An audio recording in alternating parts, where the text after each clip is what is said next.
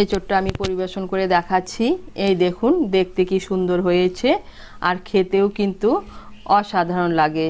নমস্কার, আমি সঙ্গমিত্রা। আমার এই সহজ রান্না চ্যানেলে আপনাদের সবাইকে স্বাগত। আজ আমি রান্না করছি এঁচোড়ের কালিয়া। আপনারা খুব সহজেই বাড়িতে বানিয়ে নিতে পারেন এই রেসিপিটি। আপনাদের যদি এই রেসিপিটি ভালো লাগে তাহলে লাইক এবং শেয়ার করবেন, আর রেসিপিটি কেমন হয়েছে কমেন্ট করে জানাবেন। আরও নতুন নতুন রেসিপি পাওয়ার জন্য চ্যানেলটিকে অবশ্যই সাবস্ক্রাইব করবেন। ধন্যবাদ। প্রথমে এঁচোড়টাকে সেদ্ধ করে নেব। এখানে আমি 800 গ্রাম এঁচোড় নিয়েছি। এঁচোড়টাকে কেটে বেছে ভালো করে পরিষ্কার করে নিয়েছি।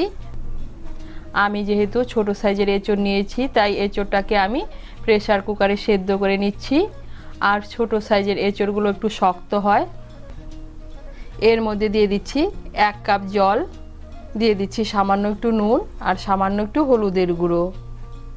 নুন আর হলুদের গুঁড়োটা মিশিয়ে নিয়ে একটা সিটি দিয়ে আমি এঁচোড়টাকে সেদ্ধ করে নেব। এঁচোড়টাকে আমি সেদ্ধ করে নিয়েছি। আবার কড়াই বসিয়েছি, এর মধ্যে দিয়ে দিয়েছি সর্ষের তেল। রান্নাটা আমি সর্ষের তেলে করছি, আপনারা চাইলে সাদা তেলেও করতে পারেন। তেলটা গরম হয়ে গিয়েছে, এর মধ্যে প্রথমে আমি আলুটা ভেজে নেব। এখানে আমি একটা বড় সাইজের আলু নিয়েছি, আলুটাকে টুকরো করে কেটে নিয়েছি। এর মধ্যে দিয়ে দিচ্ছি সামান্য একটু নুন আর সামান্য একটু হলুদের গুঁড়ো। নুন আর হলুদের গুঁড়ো মিশিয়ে নিয়ে আলুটাকে লাল করে ভেজে নেব।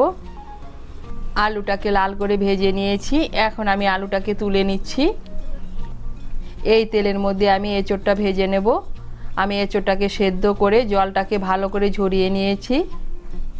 এর মধ্যে আমি আলাদা করে আর কোনো নুন আর হলুদ ব্যবহার করব না। এঁচোড়টা সেদ্ধ করার সময় নুন হলুদ ব্যবহার করেছি।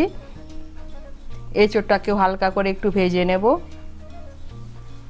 এই দেখুন এঁচোড়টাকে হালকা করে ভেজে নিয়েছি। এখন আমি এঁচোড়টাকে তুলে নিচ্ছি। কড়াইতে দিয়ে দিচ্ছি আর অল্প সর্ষের তেল।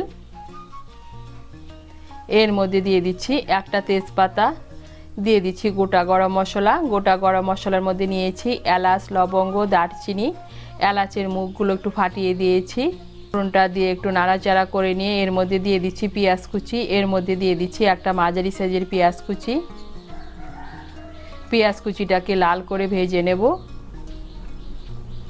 পেঁয়াজ কুচিটাকে লাল করে ভেজে নিয়েছি। এখন এর মধ্যে দিয়ে দিচ্ছি পেঁয়াজ বাটা। এর মধ্যে দিয়ে দিচ্ছি একটা মাঝারি সাইজের পেঁয়াজ বাটা। পেঁয়াজ বাটাটাকে মিশিয়ে নেব। মিশিয়ে নিয়ে হালকা করে একটু ভেজে নেব। পেঁয়াজ বাটাটাকে মিশিয়ে নিয়ে হালকা করে একটু ভেজে নিয়েছি। এখন এর মধ্যে দিয়ে দিচ্ছি রসুন বাটা, আদা বাটা। এর মধ্যে দিয়ে দিচ্ছি 1 টিস্পুন রসুন বাটা, 1 টিস্পুন আদা বাটা। দিয়ে দিচ্ছি 4-5টা পাকা কাঁচা লঙ্কা বাটা। ঝালটা আপনারা আপনাদের স্বাদ মতো দেবেন। আদা বাটা, রসুন বাটা আর কাঁচা লঙ্কা বাটাটাকে মিশিয়ে নিয়ে আর একটু ভেজে নেব। আদা বাটা, রসুন বাটা আর কাঁচা লঙ্কা বাটাটাকে একটু ভেজে নিয়েছি।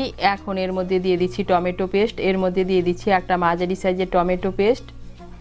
দিয়ে দিচ্ছি জিরে আর ধনে বাটা। এর মধ্যে দিয়ে দিচ্ছি 2 টিস্পুন জিরে আর ধনে বাটা। এখানে আমি জিরে আর ধনে বাটা ব্যবহার করছি, আপনারা ধনে বা জিরে গুঁড়ো ব্যবহার করতে পারেন। দিয়ে দিচ্ছি 1 টিস্পুন হলুদ গুঁড়ো, 2 টিস্পুন কাশ্মীরি লঙ্কার গুঁড়ো। এটা ঝাল হবে না, কালারের জন্য দিচ্ছি। দিয়ে দিচ্ছি স্বাদ মতো নুন। দিয়ে দিচ্ছি মশলার বাটিটা ধুয়ে সামান্য একটু জল। সমস্ত উপকরণ মিশিয়ে নিয়ে মশলাটাকে ভালো করে কষিয়ে নেব। এই দেখুন মশলাটাকে ভালো করে কষিয়ে নিয়েছি। এখন এর মধ্যে দিয়ে দিচ্ছি টক দই। এর মধ্যে দিয়ে দিচ্ছি 1 বড় চামচ টক দই। টক দইটাকে আমি ভালো করে ফেটিয়ে নিয়েছি। টক দইটাকে মিশিয়ে নেব। মিশিয়ে নিয়ে মশলাটাকে আবার ভালো করে কষিয়ে নেব।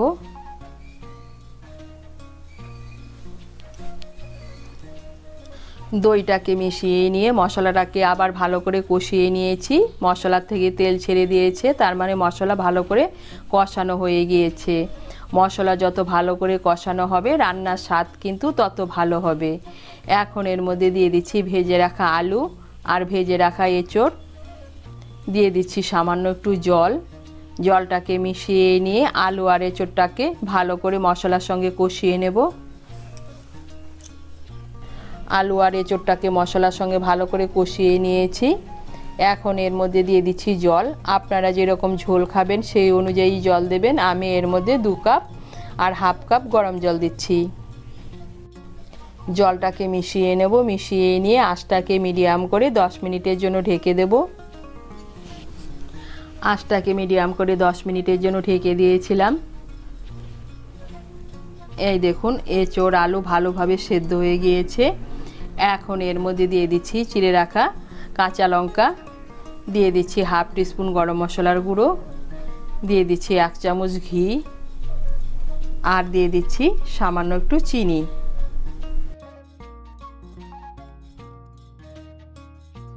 মিশিয়ে নেব। মিশিয়ে নিয়ে আরও 1-2 মিনিট রান্না করে নেব।